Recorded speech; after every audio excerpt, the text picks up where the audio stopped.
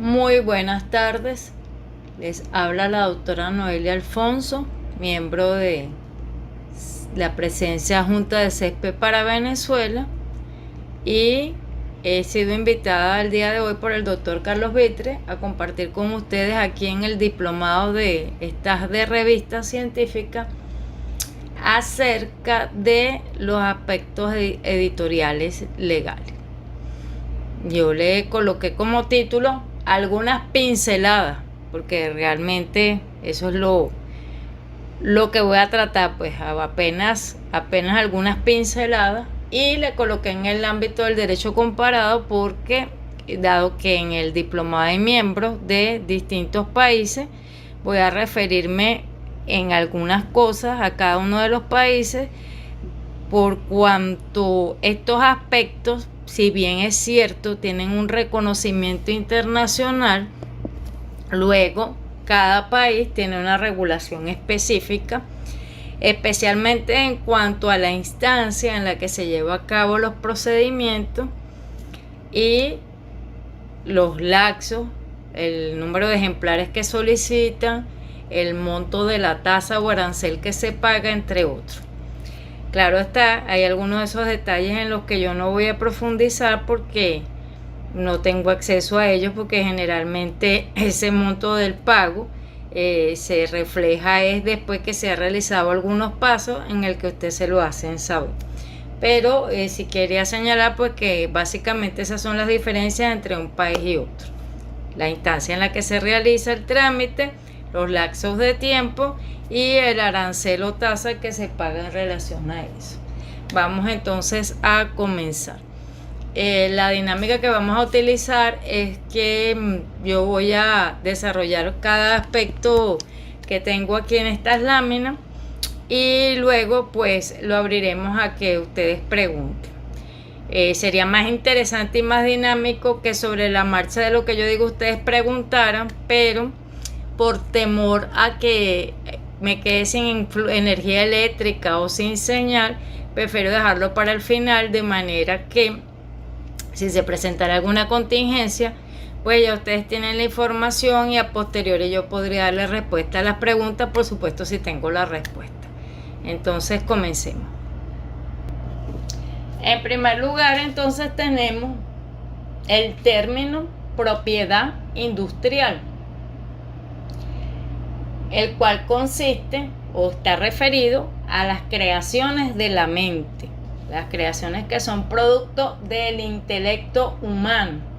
También se considera una propiedad, evidentemente una propiedad que es intangible y que se materializa a través del soporte en el que se exterioriza. En este caso, que estamos hablando específicamente del aspecto editorial, sería en el libro o capítulo del libro o en el artículo publicado en la revista. Sería el soporte donde se evidencia esa creación de la mente, la cual es protegida a nivel internacional y nacional a través de un conjunto de convenios, tratados, regulaciones e instituciones. En este caso, primeramente, por la Organización Mundial de la Propiedad Industrial, OMPI. Ahora bien, esta propiedad industrial se divide a su vez en dos partes, o en dos grandes ramas, que serían la propiedad industrial, referida a lo que son la creación de marcas, patentes, artefactos, entre otros, los cuales no vamos a mencionar porque no se corresponden a la intención de este diplomado, y una segunda gran rama que serían los derechos de autor, a los cuales sí me voy a referir someramente. Entonces, este derecho de autor implica tanto los derechos morales como patrimoniales que tienen los creadores sobre sus obras, en este caso las obras literarias, científicas, académicas. ¿Y qué es lo que se busca con estas regulaciones, con estas instituciones? Pues no es otra cosa que proteger esa creación y al autor de esa creación, es decir, garantizarle al autor de esa creación que se le reconozca su autoría y los derechos que de ella se desprenden. Y para ello, entonces, hay una serie de convenios que han suscrito distintos países tratando de afianzar y de mejorar los mecanismos que puedan garantizar esta protección, la cual implica o está regulada por varios principios, entre ellos los 3 fundamentales que establece el Convenio de Berna, un convenio que se firmó en el año 1886 para la protección de las obras literarias y artísticas. Sus 3 principales principios son el trato nacional, es decir, que en cada país que haya suscrito el convenio se va a reconocer y se va a proteger ese derecho. Una protección mínima que pudiera ser extensible mediante otras regulaciones y trámites dependiendo de cada caso en particular, y el principio de automaticidad, es automática, aunque no se realice ningún trámite desde el momento en que el autor crea, pues valga la redundancia, se convierte en autor. Y de allí entonces se entiende que su derecho está protegido. Ahora bien, vamos a ver que en el derecho prevalece un principio que señala que el que alega un derecho a su favor tiene que probarlo. Y es por eso entonces que se han creado estas instituciones, estos procedimientos y mecanismos que puedan servir de medios probatorios frente a ese derecho de autoría que estamos alegando. Evidentemente hay tipos de creaciones que requieren más regulaciones en cuanto a eso, porque es más difícil esa prueba, ¿verdad? Hablemos, por ejemplo, en el caso de la música. En el caso de que ocupa, que son el de las revistas científicas, no tanto, porque pues evidentemente cuando se envía un artículo a publicar en una revista se hace una declaración de originalidad, donde se declara que ese artículo es inédito, no ha sido publicado antes y que ciertamente es de nuestra autoría.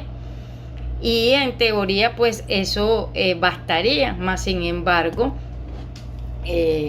actualmente la tecnología ha apoyado para verificar esto con los software de similitudes, denominados también software antiplagio, y por supuesto todas las regulaciones de la COPE en cuanto a la ética de las publicaciones, que es parte de las tareas del editor, ¿verdad? De poder hacer ese, y de los revisores y árbitros, de poder verificar que ese contenido es cierto, es real, es oportuno y por supuesto es propio de la autoría de quien lo declara.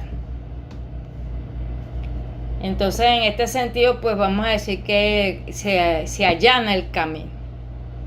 Sigamos entonces partiendo de que lo que nos interesa para los efectos de este seminario son las obras.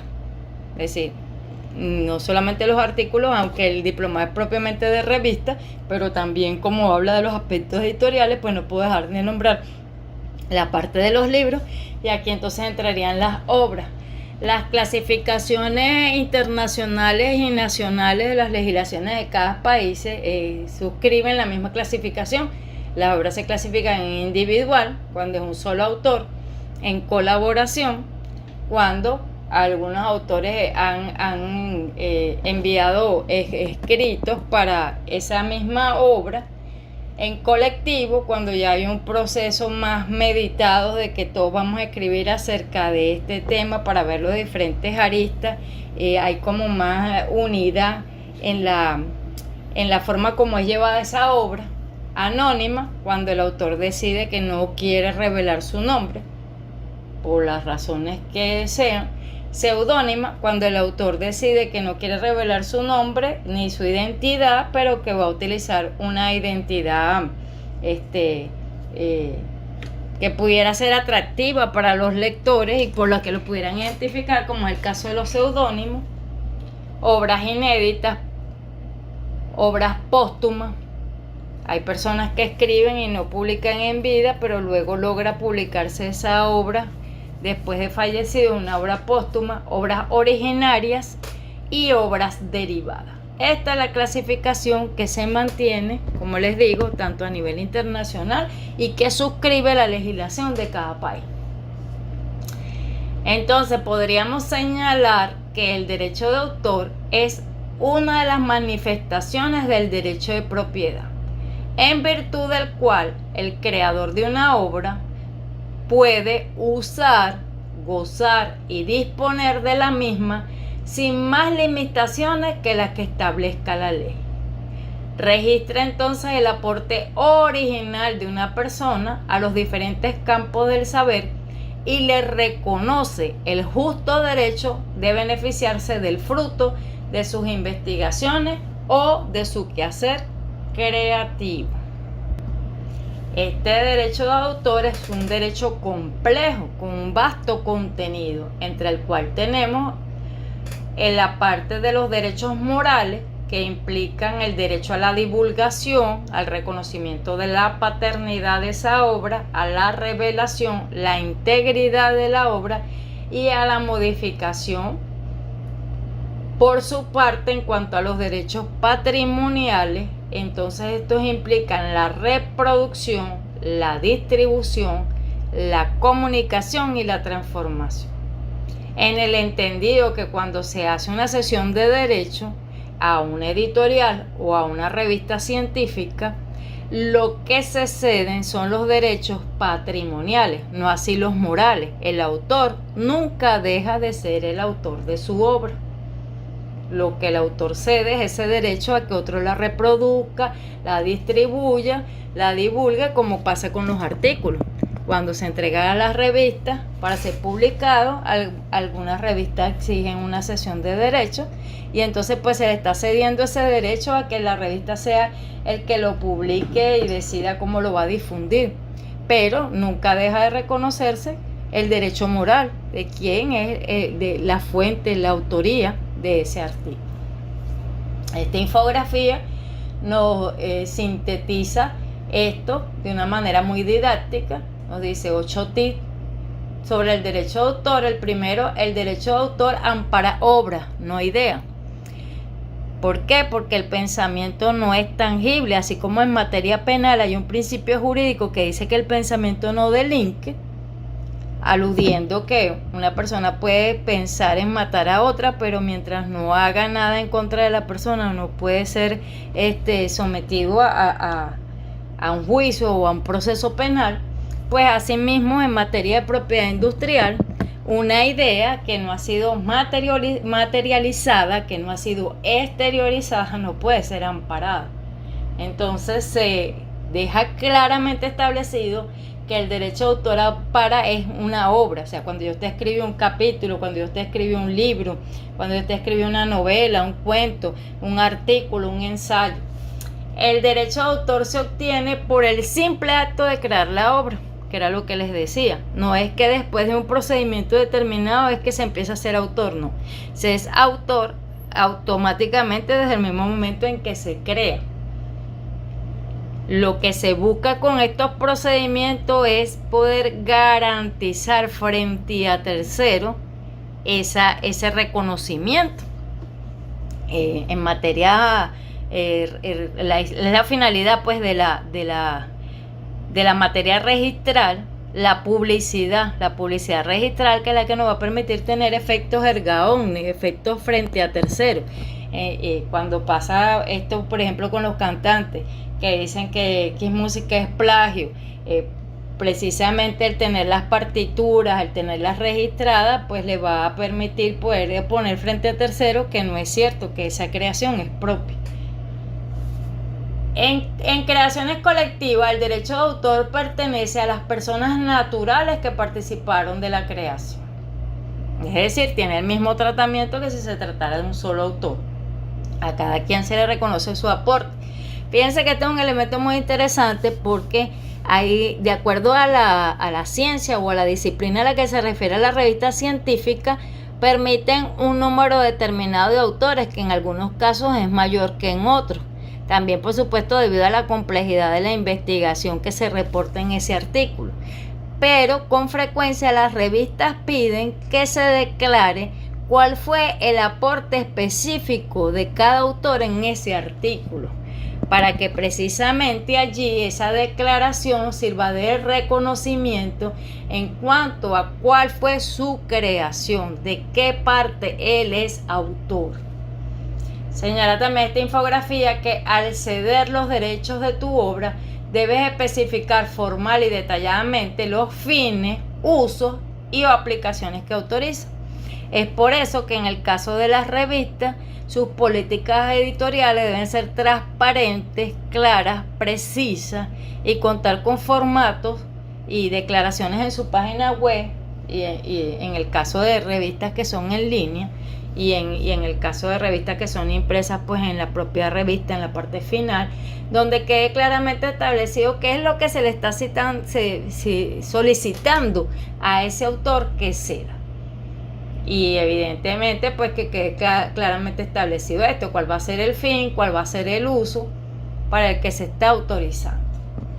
Reitera esta infografía lo que ya les había señalado, que solamente se ceden los derechos patrimoniales, nunca los derechos morales. Señala que no es lo mismo ser dueño de una obra que tener derecho de autor sobre ella, por supuesto. Hay personas que compran, autores que venden y personas que compran, editoriales que compran los derechos para publicar determinado libro, determinada obra, pero eso lo hace el dueño ciertamente, pero no lo hace el autor, por lo que les decía de que nunca se ceden los derechos morales, el autor siempre será el autor. Si vas a utilizar otro material, debes pedir autorización. Esto lo vamos a profundizar un poquito más adelante. El derecho de autor rige en labores creativas con cierta originalidad, no en técnica.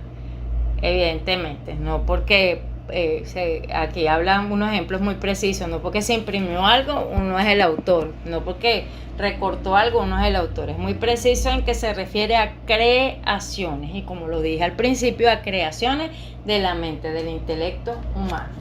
Sigamos. Entonces aquí reiteramos algo que ya había señalado en relación a que las políticas editoriales, tanto en la parte de libros como en la parte de revistas, deben ser muy claras y específicas en toda su regulación, para que el autor no vaya a ciegas, sino que cuando decida publicar en esa revista o decida publicar un libro con esa editorial, sepa cuál es el alcance o restricciones que pudiera tener esa cesión de derecho. Entonces, ¿qué es lo que se busca? Que en todo momento esté protegida la creación de la obra. Es decir, fíjense que vemos en las diferentes licencias, autorizaciones, permisos, sesiones, que dice siempre y cuando se puede utilizarse, siempre y cuando se cite la fuente, siempre y cuando se reconozca la autoría.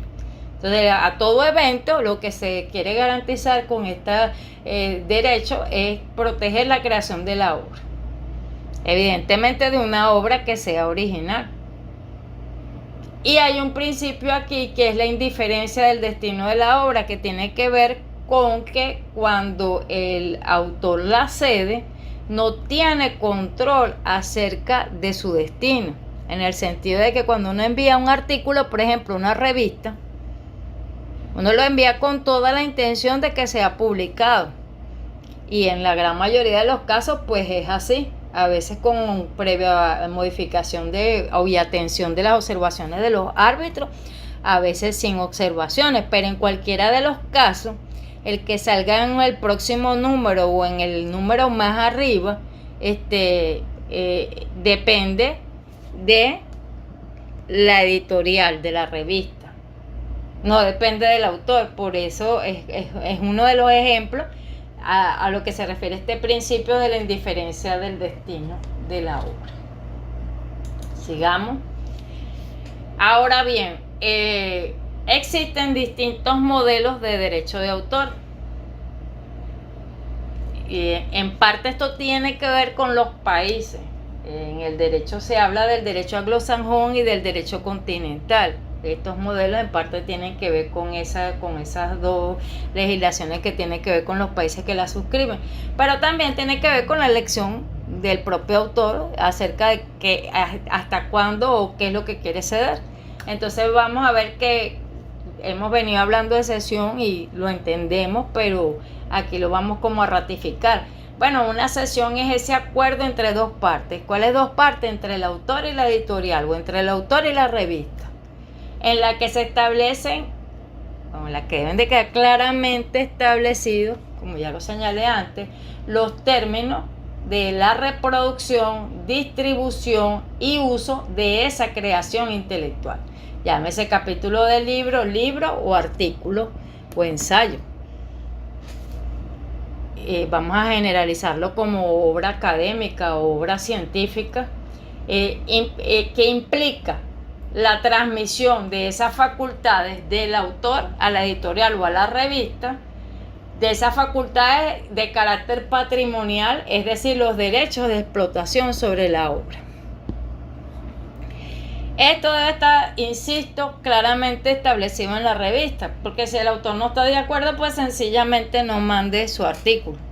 Es absurdo pretender, como lo he visto, que a veces hay personas que pretenden que la revista cambie sus políticas. No, la revista puede cambiar sus políticas en un momento determinado que quiera aplicar a una indexación y se lo exijan así.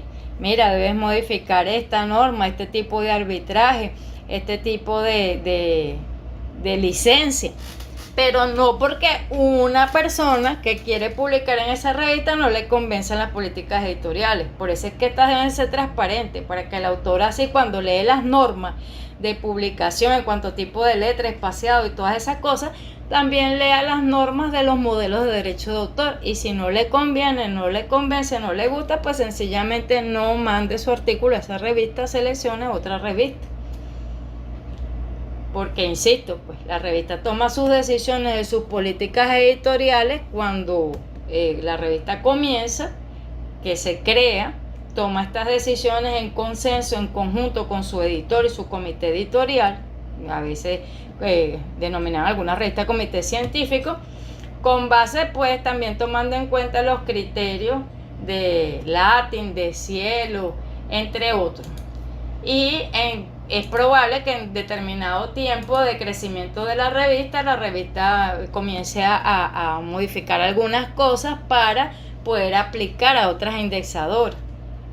Cambiar de repente, ser más restrictivo en la temática que aborda o más amplio.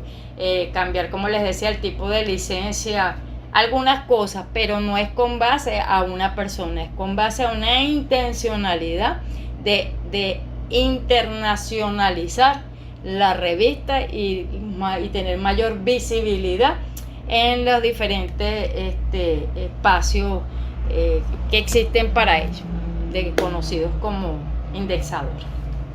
Entonces, bien, aquí tenemos tres modelos de derecho de autor, que sería el copyright, el copyleft y las Creative Commons. Entendido que en el copyright todos los derechos están reservados. En el copyleft y en el Creative Commons algunos derechos están reservados. Entonces, en el copyright, como todos los derechos están reservados, habría que pagar por la obra y pedir permiso para poderla utilizar.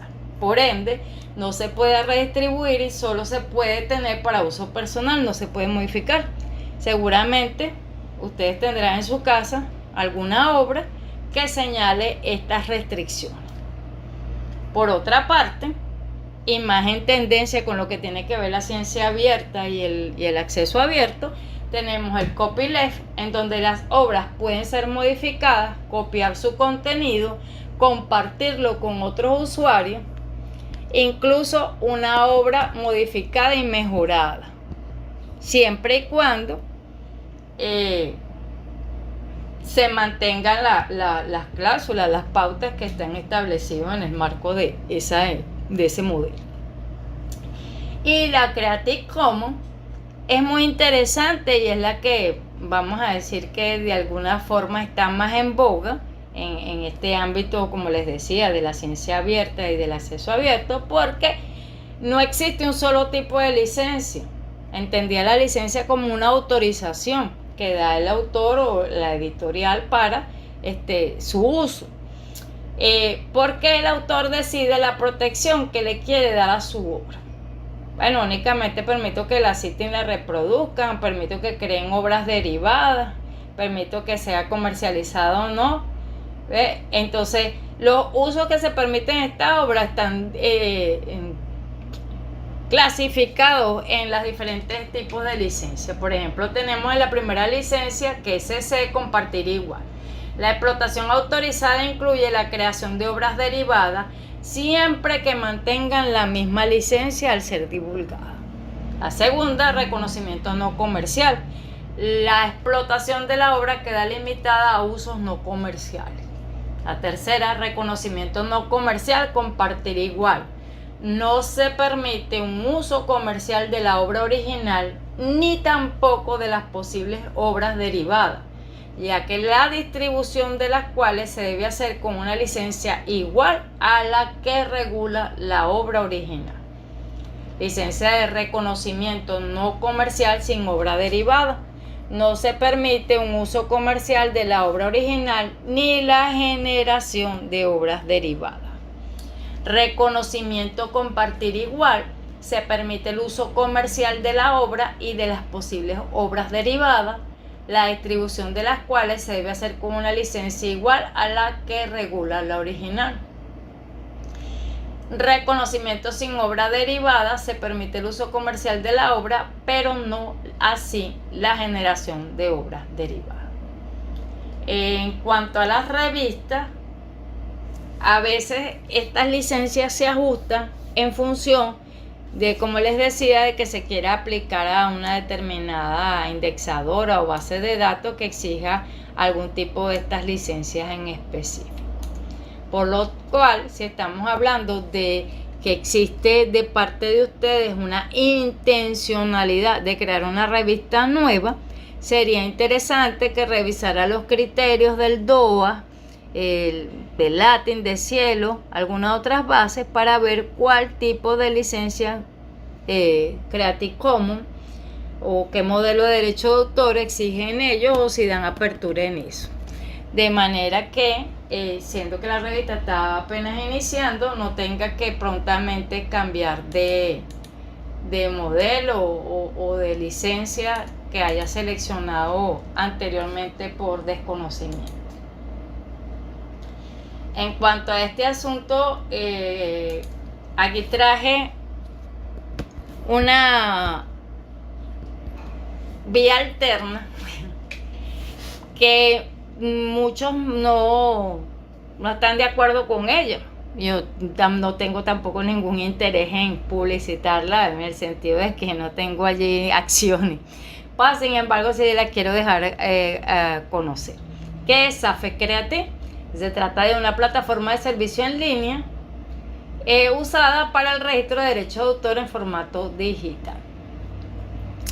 Algunos abogados expertos en propiedad industrial hablan de que esto no es una plena prueba, y ciertamente pues no lo es, pero o en algunas legislaciones no lo será, pero es un indicio de prueba. O sea, todo lo que yo pueda documentar a la hora de un litigio, de una eventualidad en el orden académico o científico que pudieran quedar en entredicho la titularidad de esa autoría, pues toda herramienta y toda vía en la que yo haya podido depositar mi obra me va a permitir acreditar ante los demás, si no plena prueba, al menos indicios de que realmente la obra es mía, es de mi autoría. Ahora bien, en el contexto de lo que tiene que ver con los aspectos legales editoriales, en la gran mayoría de los países, y específicamente en los países miembros que se encuentran en el diplomado, existe una figura que se llama depósito legal, que no es otra cosa que un mecanismo que permite la preservación de ese patrimonio bibliográfico y documental en las naciones, en los países. Porque consiste, como su palabra lo dice, en depositar, es decir, en consignar, en entregar una cantidad de ejemplares establecida en un tiempo y lapso establecido en una institución determinada de esa obra digital o física o impresa para que quede allí preservada esa memoria. Entonces, el depósito legal, como lo dice esta infografía que está aquí, asegura a los ciudadanos el acceso a toda información. Propende la conservación de los registros de memorias de un país, garantizando así la creación de una colección nacional.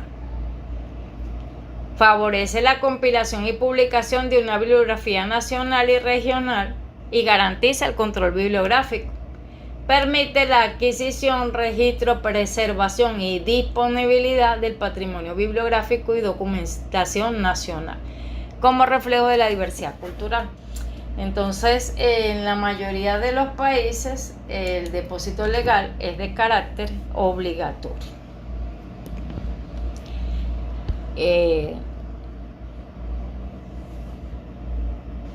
En cuanto a las revistas específicamente, vamos a ver ahora cuando revisemos cada país en particular, que algunos países han buscado concentrar en la misma institución el trámite del ICCN, en donde se tramita el depósito legal, de manera de poder tener más control y garantizar que efectivamente se realice este depósito legal.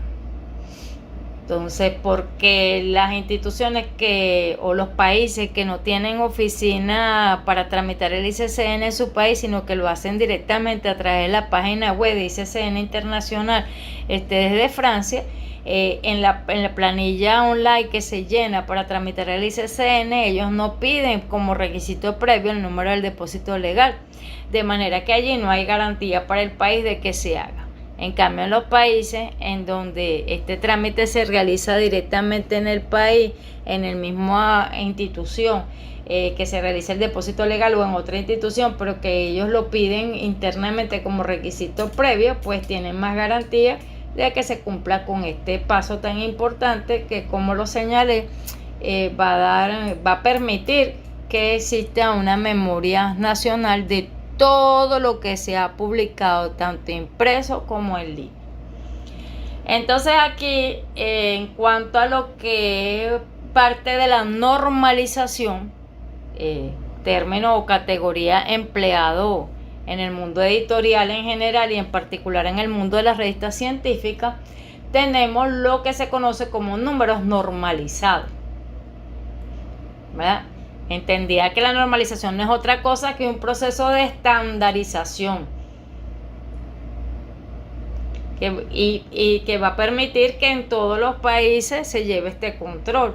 Aquí tenemos varios números normalizados que yo les dejé las siglas solamente a título de cultura general, porque de repente en algunos de los materiales que les dejo o otros que ustedes lean van a conseguir esa sigla y van a decir, bueno, ¿de qué se trata eso? Pero a los efectos de hoy solamente vamos a tratar dos, que es el ICCN, que significa International Standard Serial Number, es decir, estándar internacional de publicaciones seriadas, número internacional estándar de publicaciones seriadas, y el ICBN, que se refiere entonces a ese número en cuanto a los libros. Vamos a ver más adelante que existen ciertas diferenciaciones entre estos dos, no solamente porque uno está dirigido al libro y el otro está dirigido a publicaciones seriadas, como serían la revista, el periódico, boletines, entre otros, sino por la estructura o los algoritmos que comprenden el código. Comencemos entonces con el ICCN.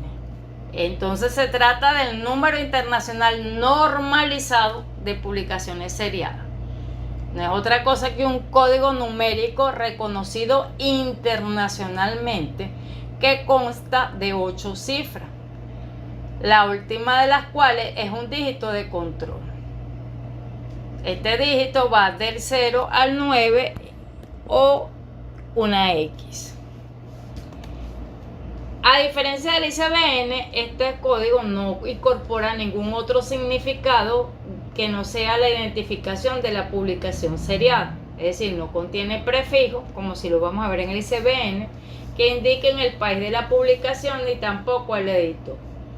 Este está indisolublemente asociado al título de la publicación seriada y debe imprimirse o debe visibilizarse, en el caso de las publicaciones que no son impresas sino en línea, en cada fascículo volumen al título de la publicación seriada, que como parte de la normalización, valga la redundancia, la norma establece en qué lugar de la revista debe verse debe estar visible, en qué parte de la portada.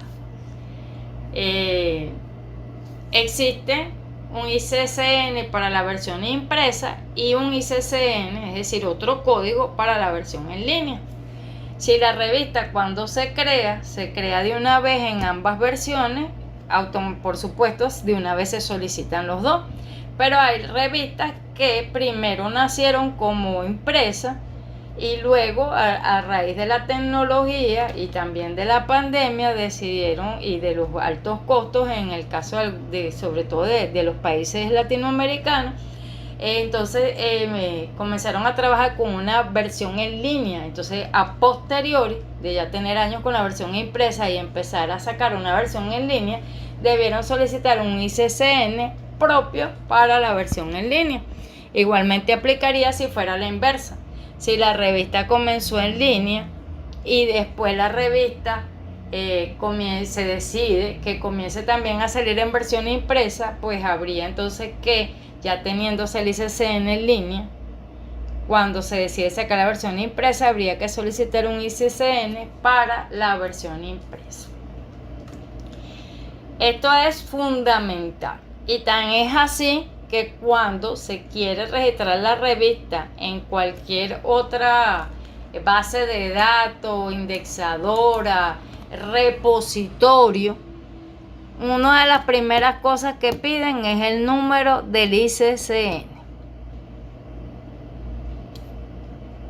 Por lo tanto, si hay alguna revista que no lo ha sacado, inmediatamente cuando decida inscribirse en alguna de estas, como les digo, base de datos, repositorios, directores, inmediatamente se lo van a pedir, entonces va a tener que sacarlo. Por lo tanto, que lo ideal es que si vamos a crear una revista, de una vez estemos conscientes de esto y lo hagamos. Voy a volver a eso cuando esté en cada uno de los países, pero por ahora voy a pasar al ICBN, entendido como el número internacional normalizado del libro. Se trata entonces de un identificador internacional único para las publicaciones monográficas, instrumento esencial para la producción, distribución, venta, el sistema de almacenamiento, datos biográficos en el comercio del libro.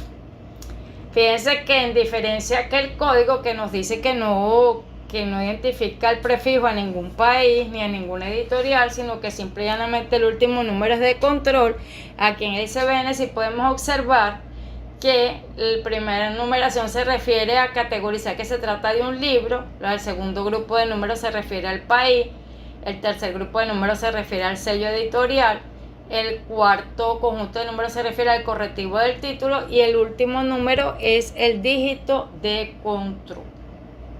Entonces, se trata pues de identificadores bibliográficos que permiten que a nivel internacional, aunque esto se transmita en cada país, permiten que a nivel internacional sea reconocido y se ha determinado, como en este caso lo acabamos de ver, bueno, de qué país pertenece ese libro en función de que es parte de ese número, de ese código. Por aquí chiquitico coloqué un enlace que dice ICBN Club. Algunos países y algunas instituciones están alojados allí y eso permite que nosotros podamos verificar a quién pertenece o si efectivamente ese ICBN está registrado. ¿Qué debilidad le veo yo? Que no, como decir, no es automático que todos funcionan allí. Yo he verificado varios ICBN de diferentes libros de diferentes países y me aparecen y otros no. Entonces, pues esto pudiera de repente generar suspicacia de que no, el ICBN no es verdadero, pero generalmente no se trata de eso, se trata simple y llanamente de que la institución o la editorial o el país pues no están afiliados a ese servicio. Comencemos entonces aquí con los países. En primer lugar tenemos a Colombia. Cabe destacar que aquí yo solamente voy a hablar de los países que le pedí el favor al doctor Vitre que me indicara a qué países pertenecían los que están cursando el diplomado, y estos fueron los países que él me indicó. Entonces, en primer lugar, yo los ordené por orden alfabético. En primer lugar, Colombia. Indica el OMPI que Colombia se adhirió a esta Organización Mundial de Protección de Propiedad Industrial en el año 1980 y que Colombia en su legislación protege a los autores de obras literarias, científicas y artísticas, y que la ley 98, porque en Colombia las leyes tienen los títulos son números. La ley 98 de 1993 establece en su artículo 11 que todo libro editado e impreso en el país deberá llevar registrado el número estándar de identificación internacional del libro, es decir, ICBN, y establece de una vez quién lo otorga. Dice otorgado por la Cámara Colombiana del Libro, sin el cual el editor no podrá invocar los beneficios de esta ley. Debe ser solicitado por el editor de la publicación. Entonces nos establece la obligatoriedad de este trámite, nos señala de quién se hace, en este caso la Cámara Colombiana del Libro, y nos refiere quién es el que está obligado a realizarlo, que en este caso es el editor. Entonces, obligatorio para los libros, obviamente, tramitar el ICBN, pero generalmente los países solicitan como requisito previo para tramitar el ICBN haber cumplido con lo del depósito legal. En el caso de Colombia, el depósito legal se tramita ante la Biblioteca Nacional de Colombia, que aquí abajo coloqué el enlace, y el ICBN se tramita en la Cámara Colombiana del Libro. Ahí también coloqué el enlace y coloqué el correo electrónico. Arriba dice Dirección Nacional de Derecho de Autor y también coloqué el enlace. Tramitar o registrar el derecho de autor no es obligatorio. No por el hecho de que no se haya hecho ese trámite en ningún país se deja de ser autor. Simple y llanamente, como les referí previamente, estos registros lo que hacen es darnos prueba, emitir el hecho de que esté allí registrado, que esté allí inscrito, que esté allí depositada la obra, lo que permite es que exista una prueba fidedigna que pueda oponerse frente a terceros en el caso de que hubiese un conflicto, una disputa en relación a la autoría o no de la obra. Sigo por acá con Cuba. Cuba se adhirió a la OMPI en el año 1975 y en el decreto ley 265 del 20 de mayo de 1999 señala que los editores, impresores o cualquier entidad o propietario que publique en Cuba está obligado a cumplir con el depósito legal, el cual se realiza ante la Biblioteca Nacional de Cuba, José Martí. Allí yo coloqué el enlace URL de la biblioteca. Allí yo comencé a copiar que decía que pedían 3 ejemplares, pero después leí más abajo que decía de otros ejemplares para otras bibliotecas y no me quedó claro, porque por lo menos aquí en Venezuela, si uno lo lleva a la biblioteca principal, que es la que está en Caracas, son 3 ejemplares, pero también uno tiene la opción, de acuerdo a la ley venezolana, de entregarlo en cualquier otra biblioteca del estado donde uno viva, como es el caso mío, que yo vivo en el estado de Aragua, en Maracay, no vivo en Caracas. Entonces aquí se entregan 4 ejemplares y no 3, porque se entregan los 3 que ellos envían a Caracas más uno que queda en la biblioteca de aquí. Entonces no sé si en el caso de Cuba es así, porque como les digo, cuando estaba leyendo la ley, me aparece primero que se entregan 3 ejemplares en la Biblioteca Nacional y después me salían otros ejemplares. Asumí que era eso, pues que no todo el mundo vive, como decía, en la capital y que obviamente si vive en otra parte tendrá que entregar los que son para esta biblioteca y el que queda allá. Fíjense que en el caso de Cuba está también la Biblioteca Nacional, en donde se entrega, donde se tramita el depósito legal. La Agencia Cubana del ICBN, donde se tramita el ICBN para el caso de los libros. Y está el Centro Nacional de Derecho de Autor, para cuando se quiere, porque esto no es obligatorio, insisto. Lo que es obligatorio es el depósito legal y por supuesto el ICBN en el caso de los libros. Ya hemos dejado claramente establecido que para las revistas el ICCN es obligatorio, y tan obligatorio es que siempre que usted vaya a hacer algún trámite con la revista, lo primero que le van a pedir es, como a nosotros las personas naturales, nuestro documento de identidad, que en Venezuela se llama cédula, en otros países se llama DNI. Así mismo con la revista, donde usted vaya a presentar la revista le van a pedir el ICC. Por lo tanto que son obligatorios.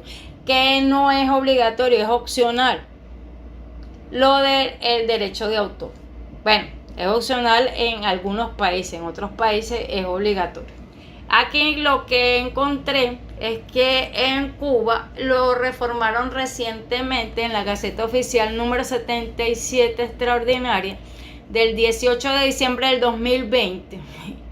Y lo reformaron las tasas arancelarias y dice que para el derecho de autor el registro por obra equivale a 7.500 pesos, que ellos lo calculan ahí que son $300.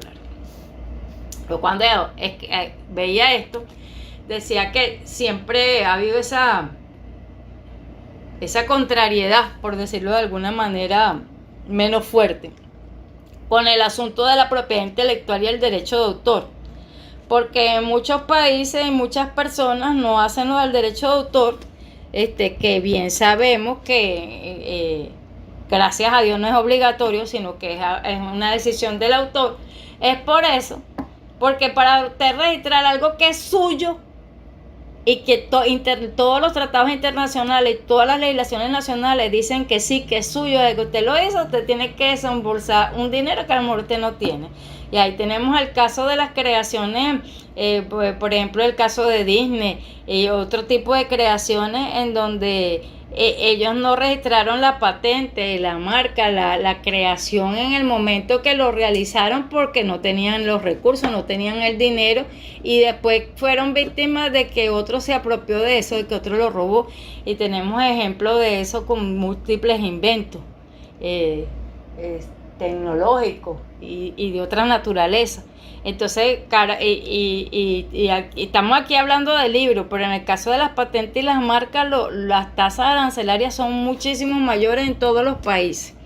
Entonces, que verdaderamente es una protección entre comillas, porque si fuese verdaderamente una protección en donde realmente los estados son garantes, debería haber la facilidad para hacerlo.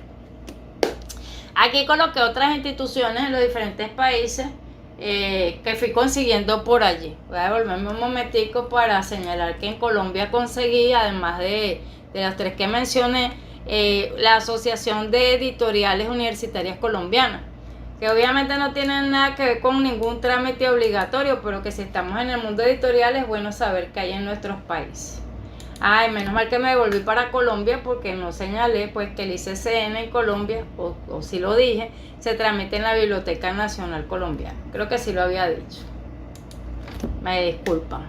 Entonces, aquí en el caso de Cuba, señala que no existe en Cuba un centro nacional para tramitar el ICCN y que por lo tanto se tramite entonces directamente a través del portal en línea del ICCN internacional. Entonces, como les decía, siendo así, el ICCN internacional no pide, en su requisito, en la planilla que se llena, no pide el código que se genera cuando uno realiza el depósito legal, que es un número que le asignan también y que se coloca en la obra, sea el libro, sea revista. Entonces, probablemente, si eso es así allá como es así en mi país, hace que haya debilidad en cuanto al depósito legal, porque el que lo cumple es vamos a decir, porque es respetuoso o consciente de que eso hay que hacerlo, pero no porque sea un requisito previo para el ICCN como si lo era antes, cuando el ICCN se tramitaba directamente desde el país. Llegamos a Mali. Mali se adhirió a la OMPI en el año 1982. En el caso de Mali, tanto el depósito legal como el ICBN como el ICCN se tramitan ante la Dirección Nacional de Biblioteca y Documentación. Ninguno de los enlaces de las páginas web que aparecen ni en el ICCN, ni en el ICBN, ni en otras páginas por allí, funciona. De manera que entonces allí yo le coloqué el enlace de una página de Facebook que sí está activo y sí funciona, y se ven reflejadas diferentes fotografías, actividades y eventos que han realizado allá en la biblioteca, y un correo y unos números de teléfono para el que esté interesado, que vaya a crear una revista o que tenga que hacer un trámite allí, pues pueda comunicarse con ellos por esa vía, porque las páginas web que aparecen en la internet de ellos ninguna funciona.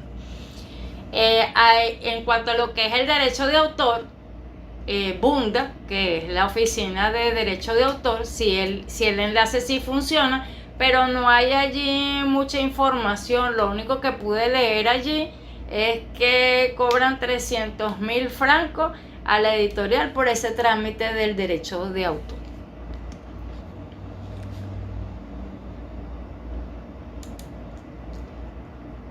De cierto modo, aunque la página no funciona, considero un elemento positivo que todo se lleve por la misma institución, tanto el ICBN como el ICCN como el depósito legal, porque eso permite tener un mejor control de los países y, por supuesto, facilitarle la vida al editor, al usuario, al autor, al que necesite de esos trámites, porque va a ir a una sola oficina, a una sola dependencia.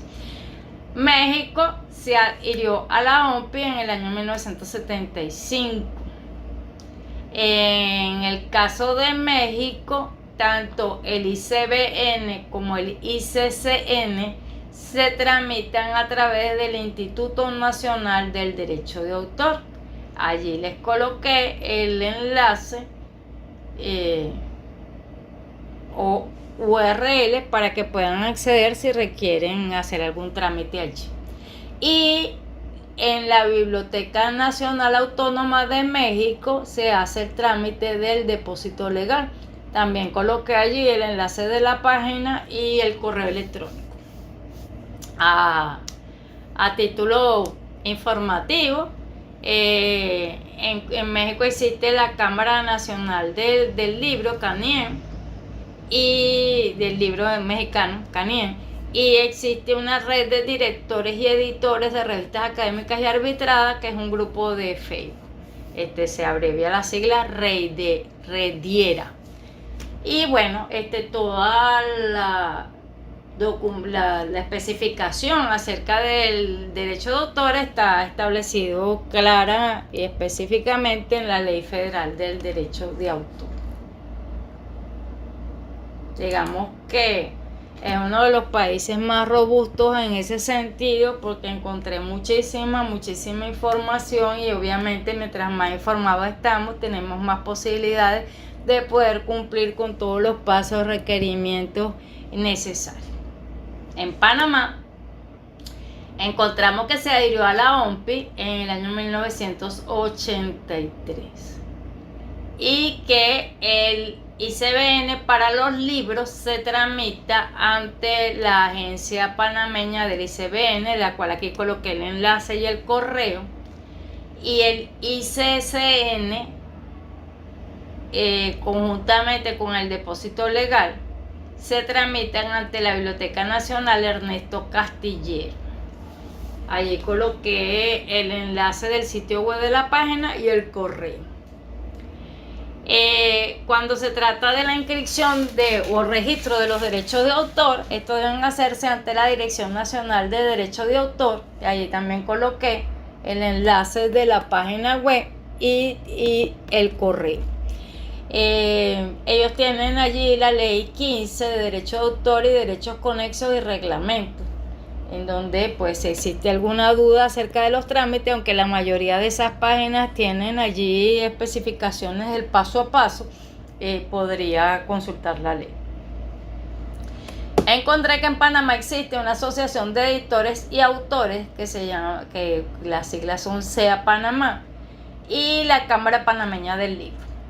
Como les digo, esto no es a los efectos de que hagan ningún trámite específico, sino que si estamos en el mundo editorial nos interesa conocer qué hay en nuestro país, dónde podemos nosotros relacionarnos con otros editores. En Perú encontramos que se adhirió a la OMPI en el año 1980. Y en cuanto al ICCN, encontré que dice que este trámite cuesta 80 soles. No sé si eso es mucho o es poco, si estará actualizado, pero es lo que encontré en la página. Encontré también que para hacer ese trámite del ICCN debe enviarse un correo electrónico a esta dirección que está aquí, y que su ley, en el artículo 5 de la ley 31253, considera como publicaciones afectas al depósito legal las publicaciones periódicas y seriadas como las revistas. Es decir, no solamente pide depósito legal de los libros, sino también de las revistas.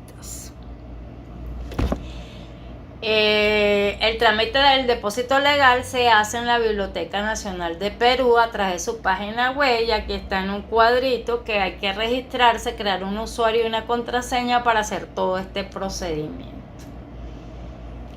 En cuanto a lo que sería en la biblioteca también se realiza el trámite del ICBN para los libros.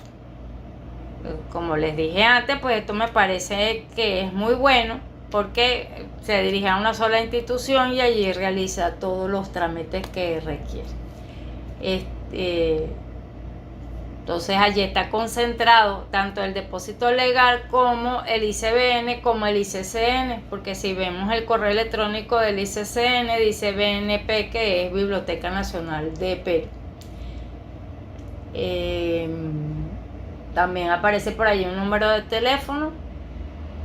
Y en cuanto a lo que es el registro de derecho de autor, esto se hace a través del INDECOPI, Instituto Nacional de Defensa de la Competencia y de la Protección de la Propiedad Intelectual, y ahí también dejé el enlace de la página web.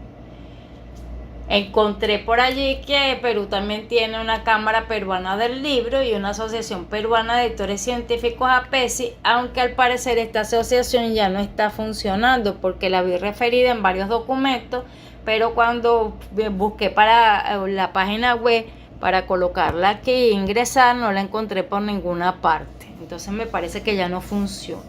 Y en Facebook encontré un grupo que se llama Revistas Peruanas, el cual tampoco no me pareció muy confiable porque no tiene una información allí en la página, mayor información. Generalmente las páginas de Facebook también tienen una información allí de cuál es el propósito de la asociación o del grupo.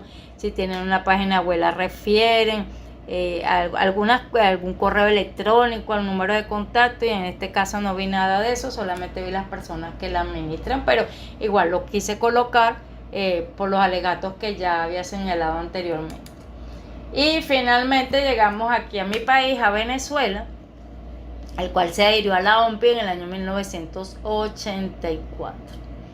Y pues el derecho de propiedad industrial, del reconocimiento al derecho de autor y todo eso, de alguna manera están referidos en la Carta Magna, en los artículos 98, 124 y 127. Venezuela cuenta con una legislación en materia de propiedad industrial y de derecho de autor, sin embargo no es nada reciente, igual que una ley del libro. Pero bueno, establece estos mismos elementos que hemos venido a conversar. En cuanto a los trámites, actualmente Venezuela desde enero del año 2022 ya no puede realizar los trámites del ICCN por acá. Eso antes se hacía aquí en donde mismo se tramitaba el depósito legal, solamente que se hacía por una vía diferente, porque el depósito legal se solicita en línea e inmediatamente se genera el código y después que ya el libro está publicado o la revista está publicada, se consigna en la biblioteca más cercana del estado donde se viva con unas planillas y bueno, en el caso que son digitales pues se consignan en CD. 4 CD si se consigna fuera de Caracas, porque 3 van para Caracas y uno queda en la memoria del estado.